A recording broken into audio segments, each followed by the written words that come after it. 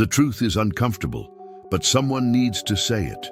The more you talk about your life, the more power you give away, and the less control you have over your own destiny.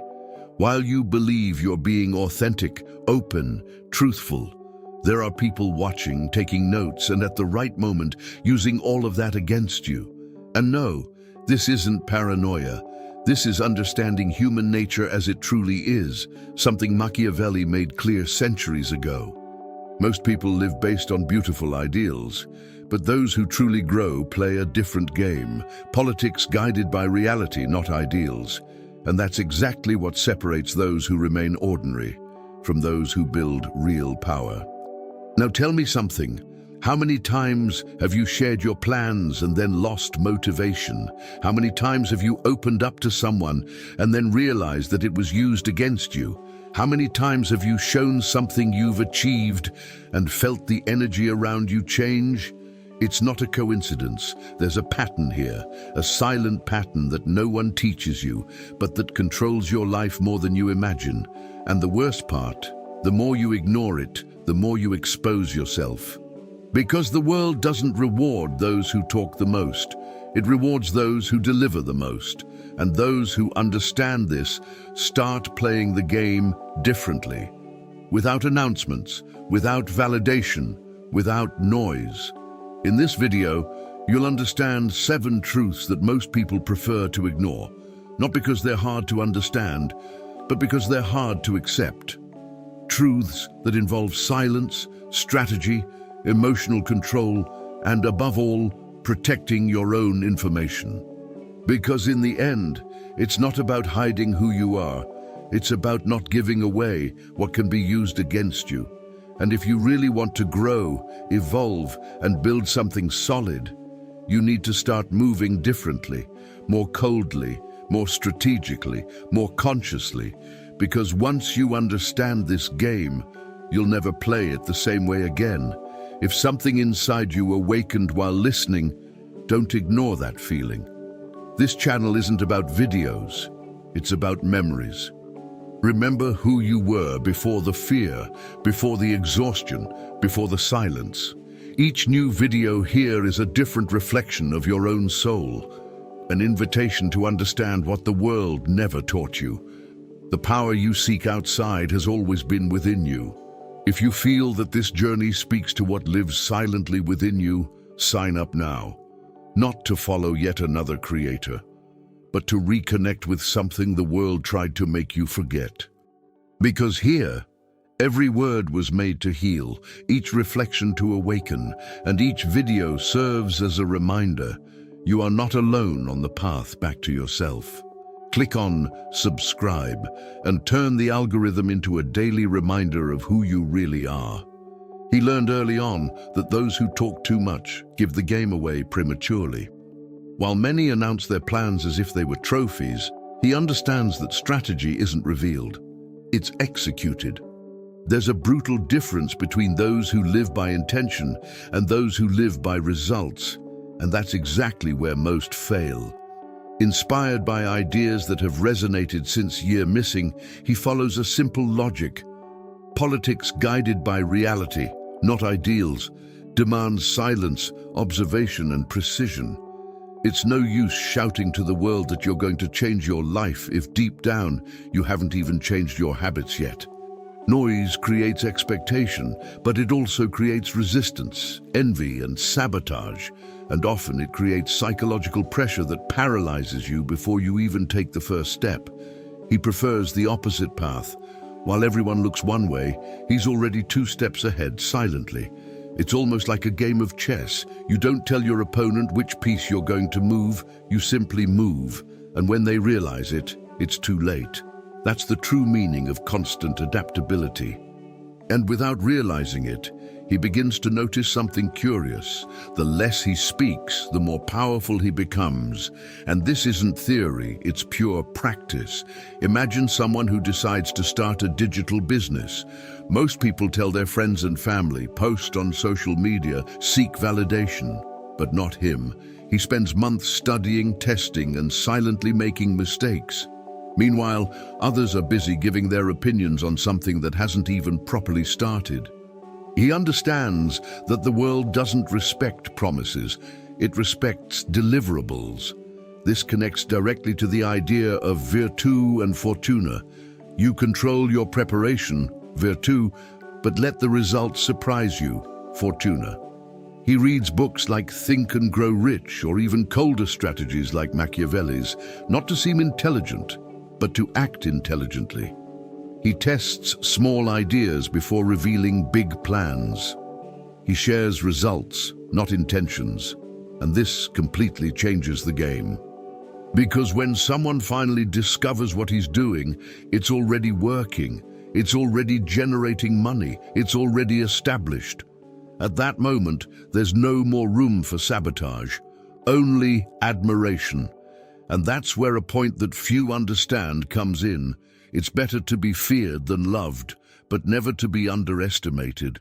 There's also a psychological factor that nobody tells you about. When you talk too much about your plans, your brain receives a false sense of accomplishment. It's as if you've already done something, but you haven't. This kills your hunger, your urgency, your discipline. That's why so many people start motivated and give up halfway through. But not him. He keeps quiet. He builds. He executes. He understands that the end justifies the means, not in the sense of manipulating people, but in the sense of protecting his process. Because exposing too much is, in practice, giving power to others over your own journey.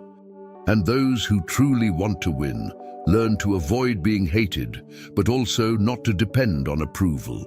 He observes, calculates, acts. Calculated use of force isn't about aggression. It's about knowing when and where to act. And while many are still talking about what they're going to do, he's already living the result. And this naturally raises an uncomfortable question. If silence is so powerful, what else are you revealing without realizing it? He realized over time, and sometimes the hard way, that the world is not a confessional. Just because someone listens attentively doesn't mean that person is loyal. In fact, often the more someone wants to know about your pain, the more material they are collecting. And here comes one of the rawest ideas associated with Machiavelli. Decisions based on real human nature, not on the fantasy that everyone has good intentions.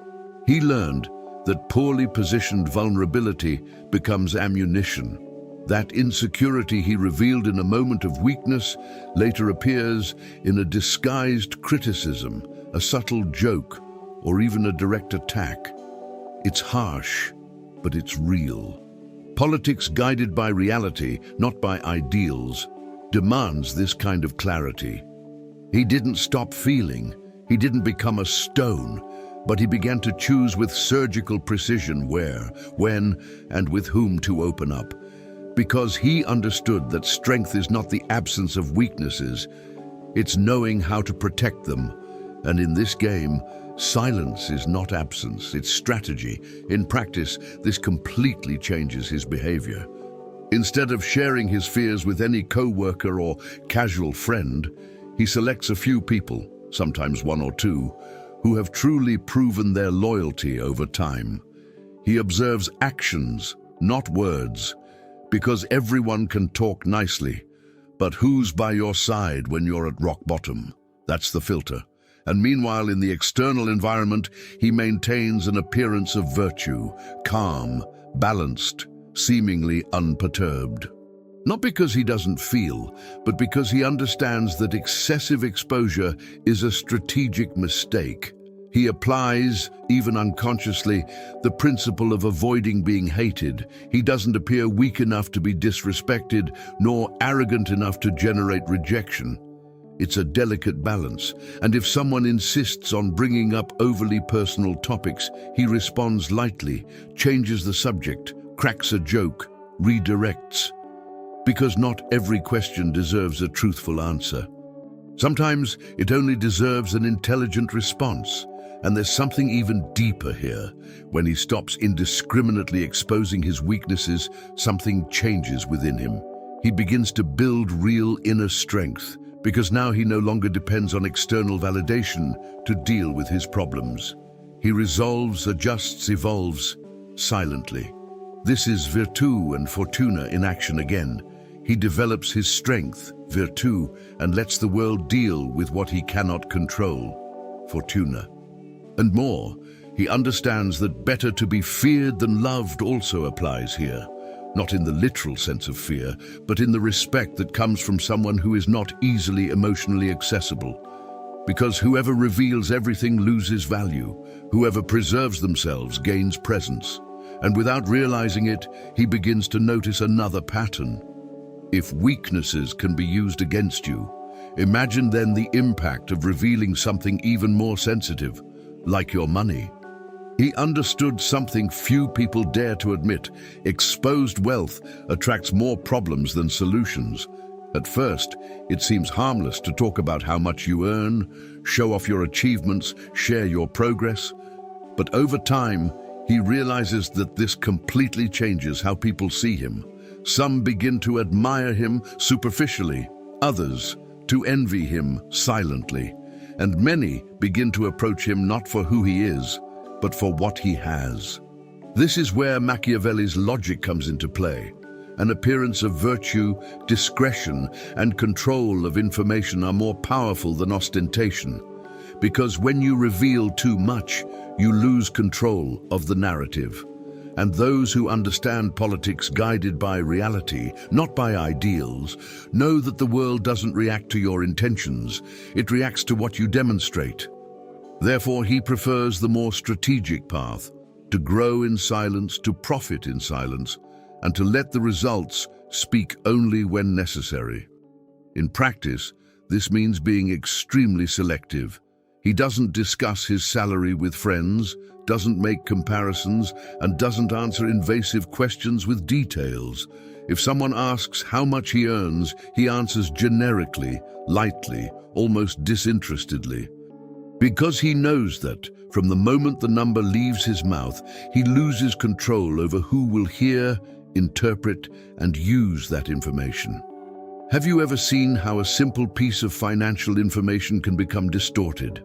One person tells another, who exaggerates a little, who tells another, and suddenly you become the target of requests, judgments, or even manipulation.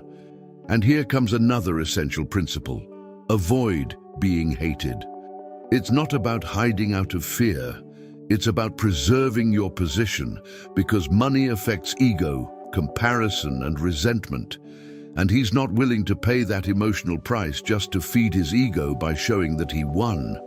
He prefers the silent power of someone who doesn't need to prove anything.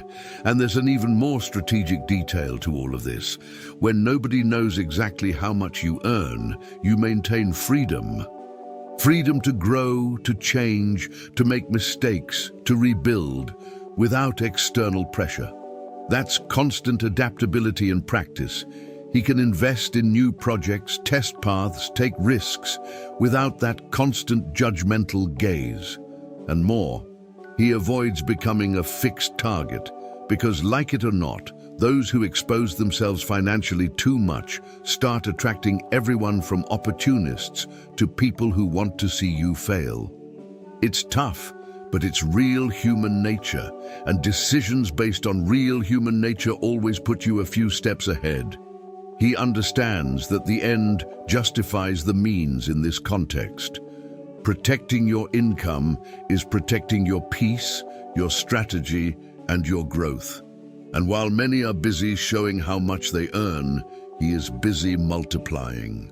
But this inevitably raises another delicate point, because it's not just money that people expose without thinking. Sometimes they expose something even more dangerous: their personal life. He realized that the moment a relationship becomes public, it ceases to be a relationship and becomes a spectacle. And a spectacle cannot be protected. It is consumed. In the beginning, it seems harmless to vent to friends, post indirect messages, recount details of a fight, but this opens a door that doesn't close. Because people don't just listen, they interpret, judge, take sides, and often they fuel the conflict. Here enters one of the coldest readings of reality.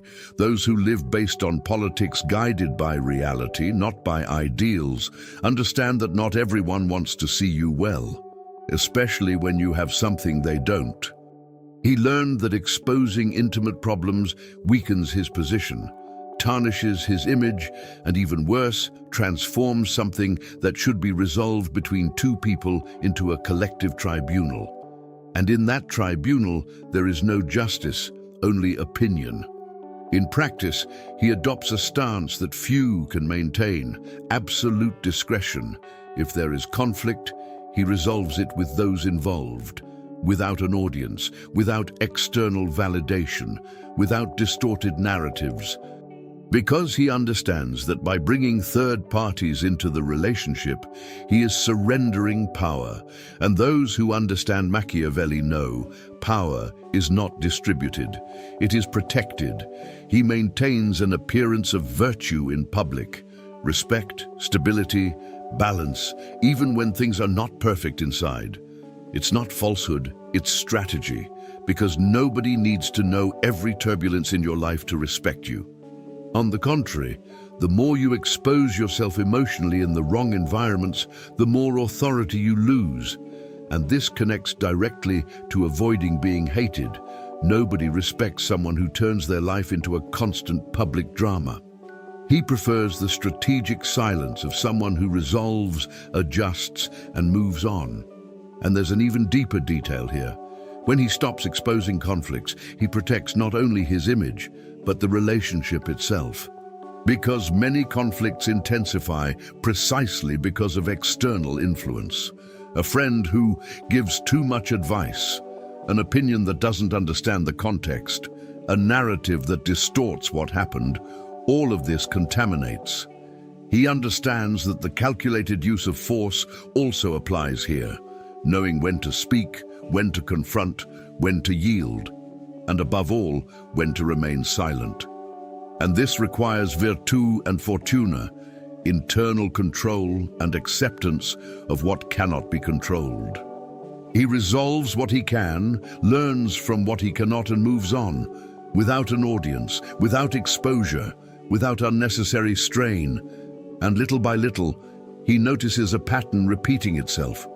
Because if exposing intimate conflicts already causes so much damage, imagine then the impact of exposing something even more sensitive, that which comes from the root, the problems of his own family. He understood that there are stories that weren't meant to be told, at least not to just anyone. Family problems carry a much greater symbolic weight than they seem. It's not just about what happened, it's about how it shapes the way the world sees you. When someone exposes family conflicts, fights, absences, traumas, they automatically become associated with that chaos.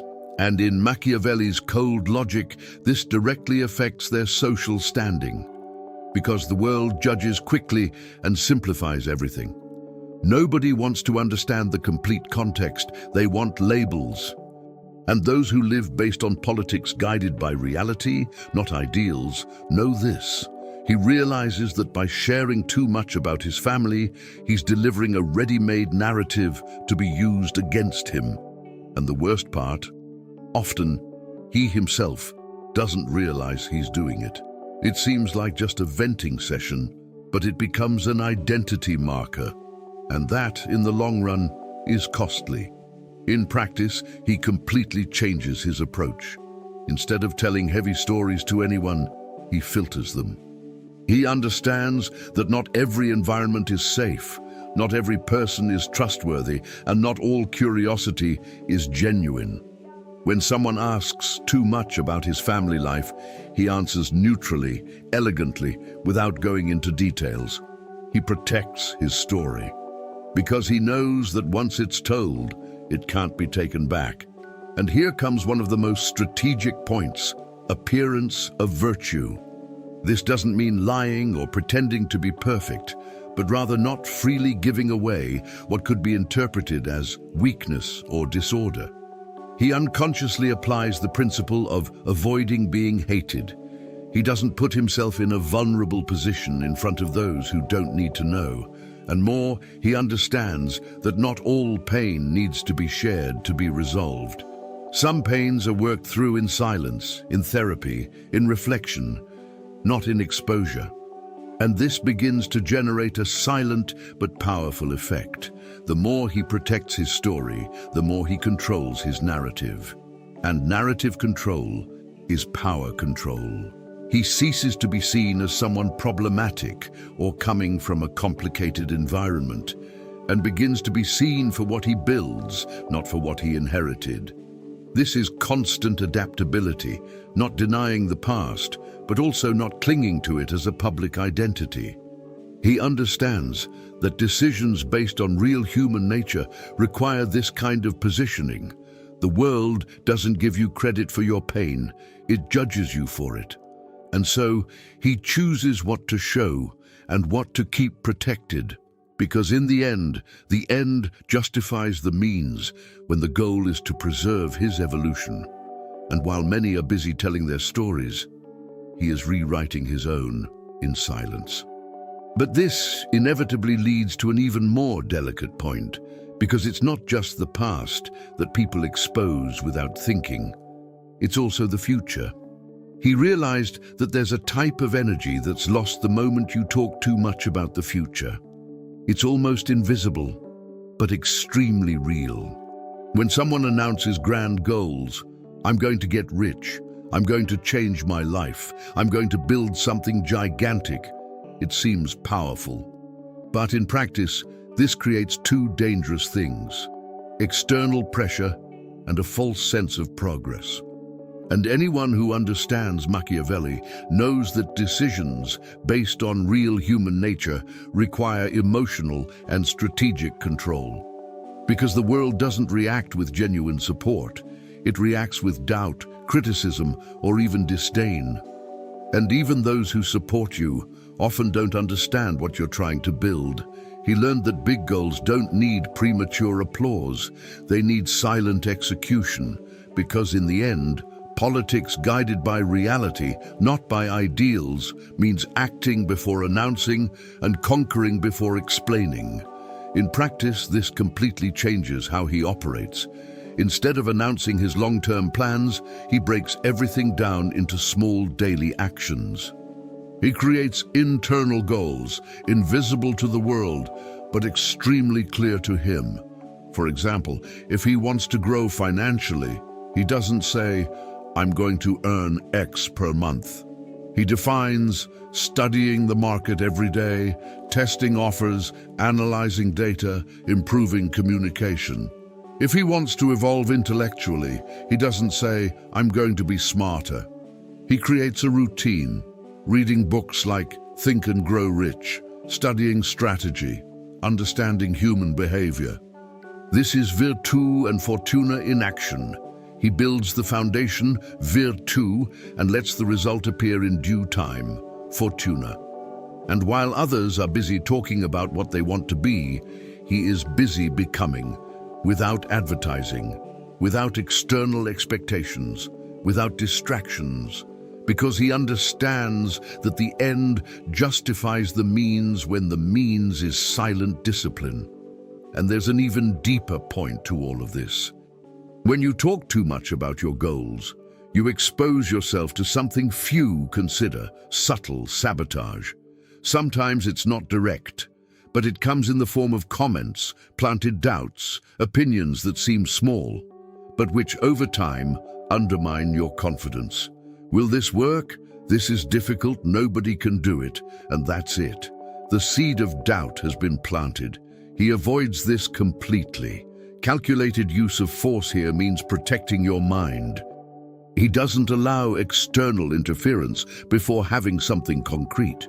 He builds in silence, strengthens his vision, validates his results internally, and only then, when it's solid, does he reveal it. And then there's no more room for destructive criticism, only recognition, because now it's no longer an idea, it's a fact. And this naturally raises an uncomfortable reflection. If talking about the future can sabotage you, What about exposing something that has already deeply hurt you in the past? He learned over time that the past isn't just memory, it's information. And information in the wrong hands becomes power against you. When someone reveals their greatest regrets, wrong decisions, moments of weakness, mistakes they'd like to erase, they are often, without realizing it, handing over a map of their own vulnerabilities. And anyone who understands Machiavelli knows that decisions based on real human nature require caution with this type of exposure. Because the world doesn't treat your mistakes with the same empathy you expect. Some people even pretend to understand, but they hold on to them. And at some point, in an argument, a dispute, a simple change of dynamic, it comes back, not as support, but as an attack. He realizes it's not about hiding the past from himself.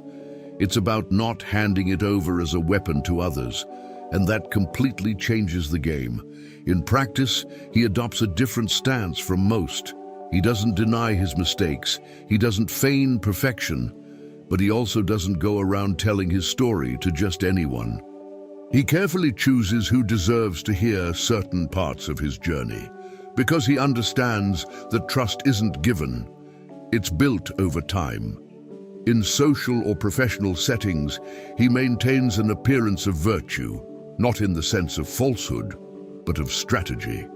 He shares lessons learned, not destructive details. Instead of saying, "I messed up badly on that," he says, "I learned a lot from a difficult phase." Do you see the difference? He controls the narrative. Avoiding being hated also involves this, not putting himself in positions that diminish his authority or credibility. And if someone insists on digging into his past, he responds lightly, changes the focus, or simply doesn't engage. Because not every curiosity deserves access to his story, and there's something even more powerful happening behind it all. When he stops uncontrollably airing his regrets, he begins to reframe them internally.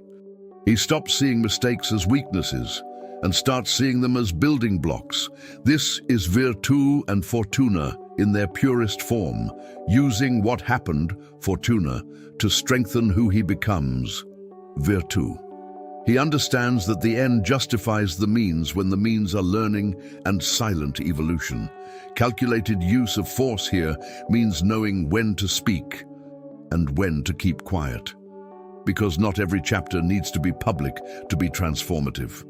And while many are still trapped in their own past, repeating their stories like a burden, he is using the past as fuel, without an audience, without exposure, without giving power to anyone.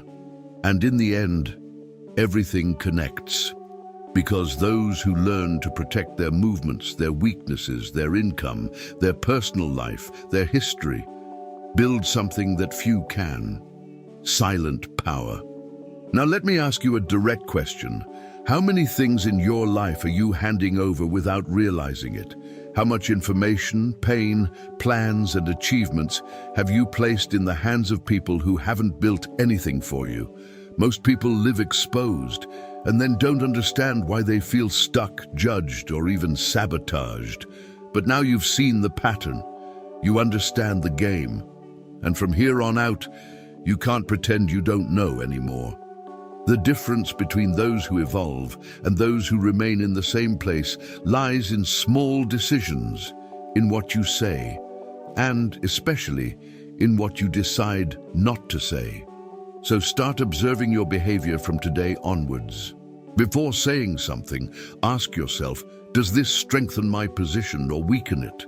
Before sharing a plan, think, will this help me execute it? Or will it only alleviate my momentary anxiety?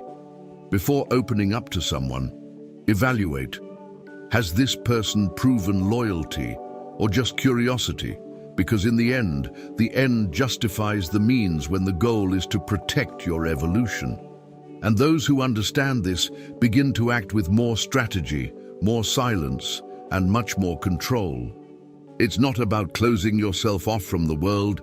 It's about stopping exposing yourself to those who don't deserve access. And now I want to know from you, Which of these truths resonated with you the most? Which one do you feel you need to apply to your life immediately?